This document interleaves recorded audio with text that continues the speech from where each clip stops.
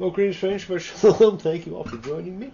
This is a special event. We're going to be doing a Seder, and we're not going to be spending a multiple amount of hours. We're going to do it in about 30 or 40 minutes.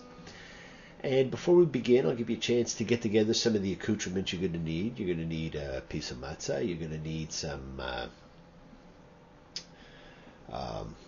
wine or grape juice or water, whatever it is you want to drink. Water to wash your hands if you want to partake in that. And some candles and maybe some spice. Because we're going to be doing things a little bit differently than how you normally do them. And we're also going to throw some music in, so please forgive me in advance. Now, Psalm 133 begins. How good and how pleasant it is when people live together in harmony. Hine matov. Now, these words are important words. And may these words be a blessing for all who have come to our Seder table this evening. How good it is when we all get together. As we travel along the path of our lives, it is the people we meet who can change us.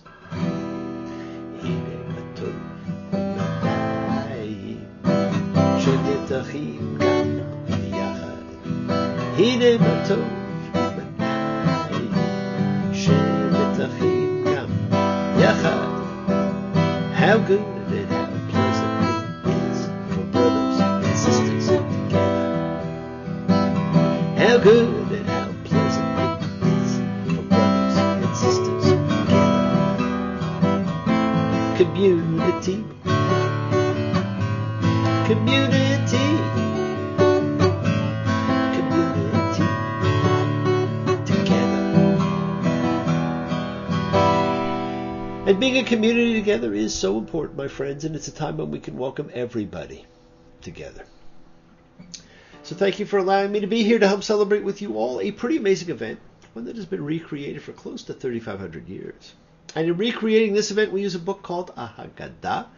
Now, there's well over 3,000 different types of Haggadot that people can use. And so the likelihood of ours being the same is not particularly good, except they all follow a similar layout, and most people just tend to use the same ones. Now, I'm not sure how many of you come from having 3, 4, 5, even 6-hour Seders. Last year I came from organizing one where somebody had used to spend 7 hours every year doing their Seders, which is a little much. But you're not going to have any of that tonight. Tonight you will have the essence of what this holy day really means.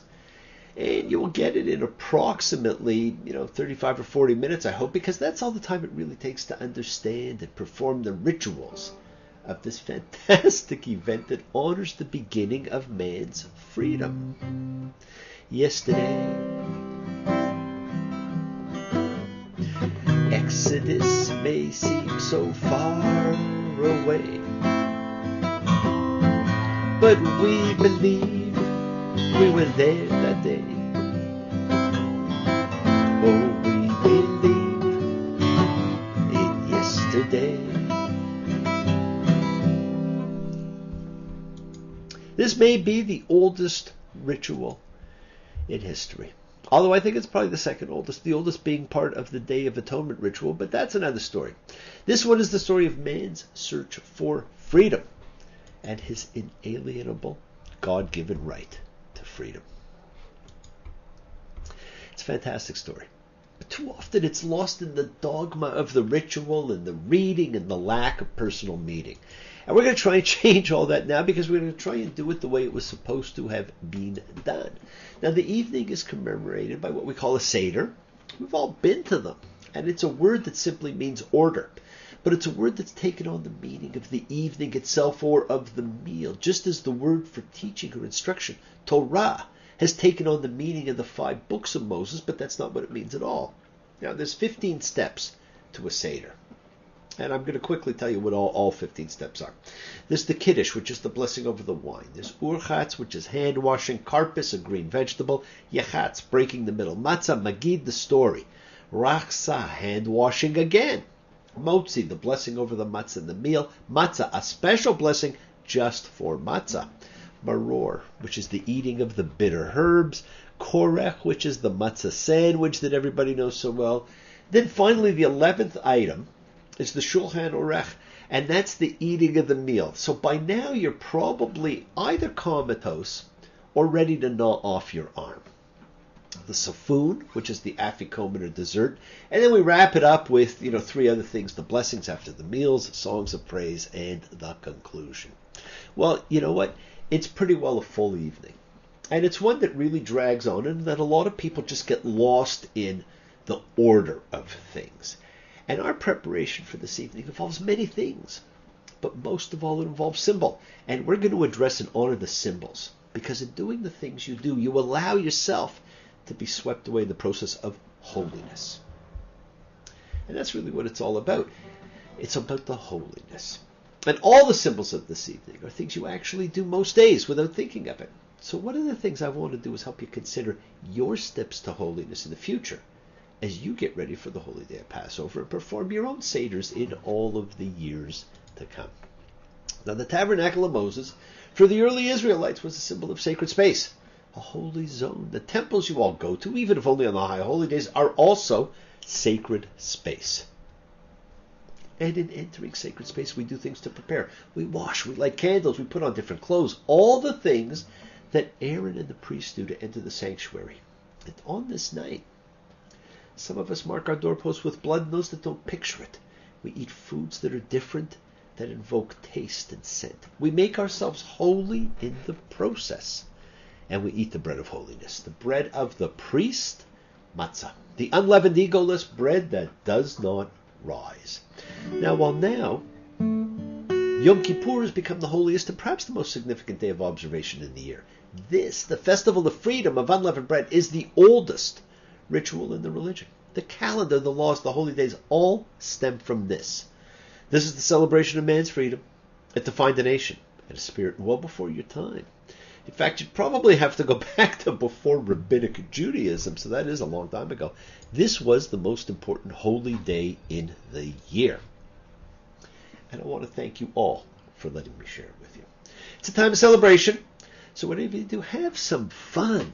It's a time for families and friends to get together, to celebrate together, a time to teach your children about freedom. You who are on the road must have a code that you can live by, and so become yourself, because the past is just a goodbye. Teach your children well, their father's hell did slowly go by, and feed them on your dreams, the one they pick, the one you'll know by. Don't you ever ask them why. If they told you, you will cry. So just look at them and sigh, and know they love you.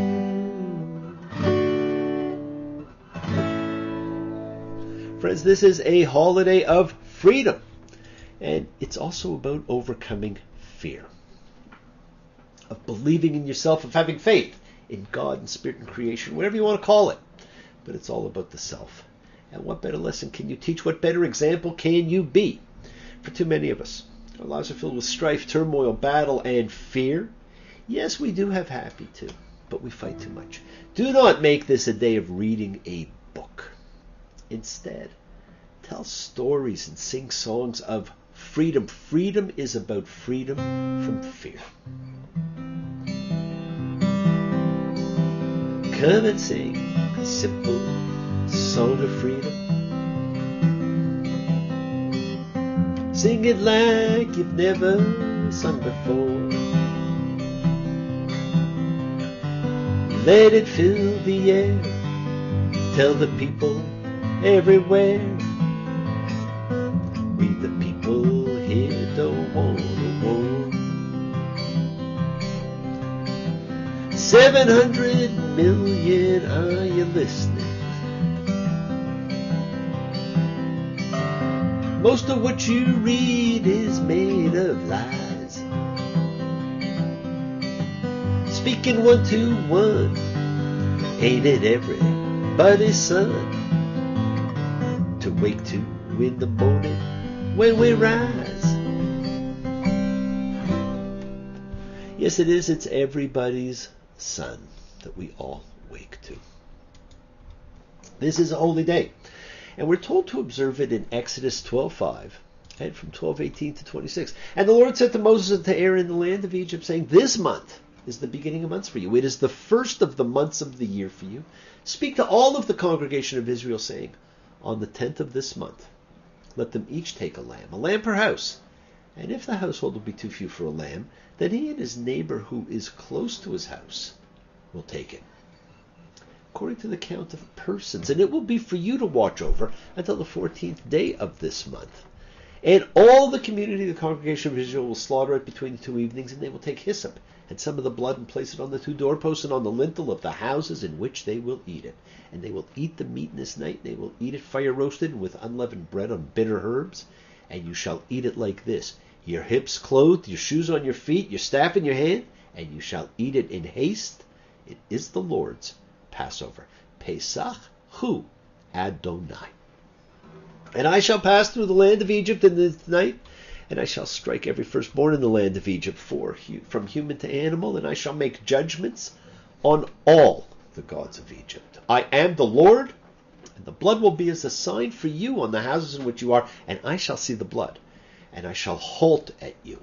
And there won't be a plague among you as a destroyer when I strike in the land of Egypt, and this day will become a commemoration for you. And you shall celebrate it, a festival to the Lord. You shall celebrate it through your generations, an eternal law. 7 days you shall eat unleavened bread. Indeed, on the first day you shall make leaven cease from your houses, because anyone who eats leavened bread, that person will be cut off from Israel, from the first day to the 7th day.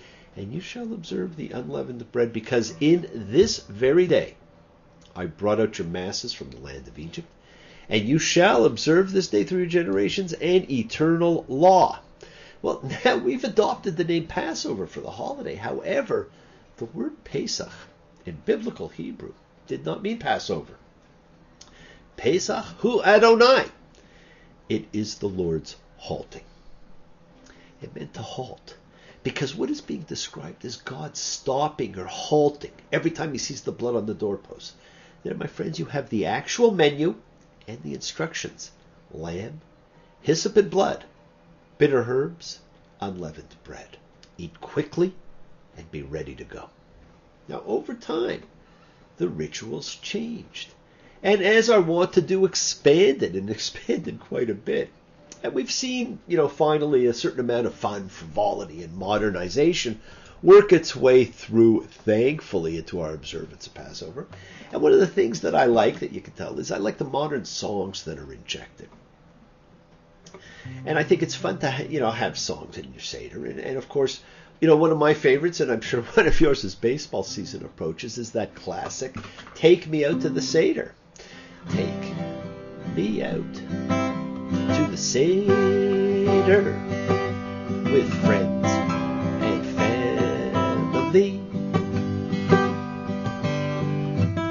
Serve me some matzah and 4 cups of wine. Ask me 4 questions, and we will be fine. And it's root for Elijah, that he will soon reappear. And let's hope that we'll meet once again next year. And we do. We all target to meet again every year. It's become a fantastic ritual among our friends, among our families, to get together and have Seders. And better still, for all of you Beatle fans, there's another song you can do that highlights this holiday very much. It was very, very long ago. Pharaoh finally let our people go. They went wandering for 40 years. There was laughter and a lot of tears. And that's the reason that we're here. So every generation knows of God and Moses' liberation plan. And what a night this is. Now, 2008 was the last time the two most sacred days in the calendar lined up, the Sabbath and Passover. And they won't line up again for many more, of course, and there will be a 20-year gap before they realign with Good Friday again for a trifecta, like we had last year. And just as we all honor the twin festivals of light at Christmas and Hanukkah, we have a pair of holy days here. Passover, a chance to be free from fear. Sabbath, a chance to cease, to be holy, to imitate God. And I'll take those anytime I can. In one way or another. We and you will accomplish our series of 15 rituals, in whatever time frame you choose. But before we do, we're going to prepare. And to do so, I'd like to borrow from another ritual, as I see it as being one that evokes the essence of what we really like to do when we come together in spiritual observance and bring our intention, our kavanah, to what we hold sacred. Now, if you're ever confused about the multitude of laws that you're supposed to follow, after all, there are 613 of them. Keep in mind the 10 utterings or commandments supersede all others. So if you have one of the 10 and something else, you do the one of the 10. And out of the 10, the one that is considered the most important, and they're all pretty good, but the one that we are told to observe more than anything else is the fourth. Remember the Sabbath day to sanctify it. Now, why is another story, and I won't bore you with it now. And we were at the Sabbath. But friends, after the Sabbath, there's a ritual that marks the separation of the holy time of Sabbath with the beginning of the regular week. And it's called Havdalah, which means separation. And the thing which I love the most about it, it's invocation of our senses. And so I'd like to borrow from the Havdalah service to initiate our time to observe this great festival of freedom by invoking our senses and becoming fully present in the moment. It is an awakening of spirit, and in engaging our senses, we are doing several of the things involved in the Seder tonight. So join me now in engaging your senses. Let us start with candle lighting and vision. Flame reminds us that within each of us lives the divine fire that can illuminate the darkest places. It brings illumination to our world, which so often seems to be dark and negative. The candles represent the light we introduce into the world through thought and intent, through study, through observing everyday wonders. May this light enable you to see the work that needs to be done and the awesome majesty of creation. Baruch atah Adonai Eloheinu melech haolam asher kitshanu b'mitzvotav v'tzivanu lahadlik ner shel yom tov. Blessed are you, source of life, who makes us holy with commandments and instruct us to kindle the lights of this good day. Now you'll also notice, my friends, many other candles laid out for you to light as your personal. They're to meet your everlasting light. They are the sacred flame of the burning bush which initiated man's journey to freedom. These are the candles we light for Passover. These candles which bring light and brightness are a symbol of joy, faith, and hope. Passover is a time for friends and family. And the breaking of bread, even unleavened bread, makes friends into family. And I want to invite each of you to come light candles for your friends, for your families. And as you do so in your heart, you will hear another special blessing, the Shehecheyenu, which is a prayer derived from the word Chai, meaning life. It is our appreciation for being alive and the power to use life for worthwhile ends. Baruch atah Adonai Eloheinu melech haolam shehecheyenu v'kiyamenu v'higyenu lazman hazeh. Blessed are you, Lord our God, King of the universe, who has kept us in life, sustained us, and enabled us to reach this season. May your divine light shine upon us, that we may live noble lives. May it shine upon all peoples and nations, that they may walk in your path of justice, righteousness, and peace. We eat, we drink, to appreciate the flavors, the textures we have the ability to taste. We raise our cup, thankful for the partnership we have with creation. May the fruits of the earth nourish each of us and sustain us throughout our journey. And this will be the first of the 15 steps of the evening. Baruch atah Adonai Eloheinu melech haolam borei pri hagafen. Blessed are you, source of life, who creates the fruit of the vine. And well, normally we might taste some challah next. Obviously tonight we will not, but we'll still do the prayer because it's going to be the prayer over the meal anyhow. Baruch atah Adonai Eloheinu melech haolam hamotzi lechem min haaretz. Blessed are you, Lord our God, King of the universe, who brings forth bread from the earth. And while we're at it, let's do the blessing over matzah, the blessing over the unleavened bread. This is the bread of the priest. Let us all take a piece. Baruch atah Adonai Eloheinu melech haolam asher kitshanu b'mitzvotav v'tzivanu al achilat matzah. Blessed are you, Lord our God, King of the universe, who has sanctified us with his laws and commanded us to eat unleavened bread. Now, this knocks off another couple of the steps and invokes more of our senses. But besides taste, we have another sense which brings us pleasure and warns us of things we may not like, our sense of smell. Invisible, the sense of smell comes to us through the air. We breathe in the fragrances of life and we awaken. And in our breath, we sound the name of the Creator, awakening us to the creative force that gives breath to all life. May the breath of the universe rouse each of us to strength and passion. Blessed are you, beloved one, who creates varieties of spices. And to have the things we want and to ward off the things we do not, we have touch. We think of touch through our hands, holding a beloved, comforting a friend, planting a garden, wrapping ourselves in the talit, the cloth, traditions of our ancestors. May we always know the love and safety we can find wrapped within our own rich traditions.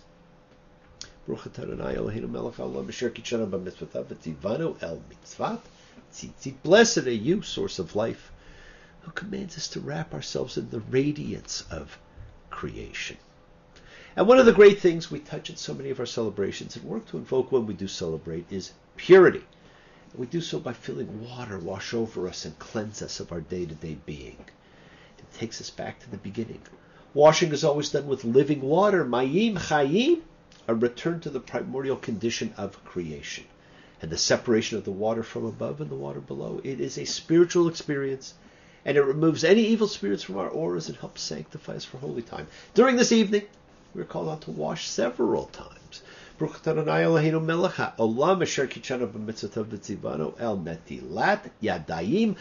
are you, source of life, who has sanctified us and commanded us about washing our hands. All right, now that wipes out another couple of steps. It really points to the sensuality of all that we do when we celebrate. And to round off the five senses we're familiar with, we have the one we probably pay the least attention to, for although everything has sound, we do not always listen. So let us honor sound. There is a rhythm to the day, to the week, to the year, to life itself, and to all creation. Whether we know the words or just hum along, we can always feel the music. May we all continue to hear and to dance to our own beat. May the source of life and all it is be a blessing to you. Now, friends, as I said, a Seder is an order of things, although most people simply think of it as a long meal, and sometimes a really long meal. And we've just knocked off several of the steps which make the Seder. And we're going to stop there and continue in a minute with part 2.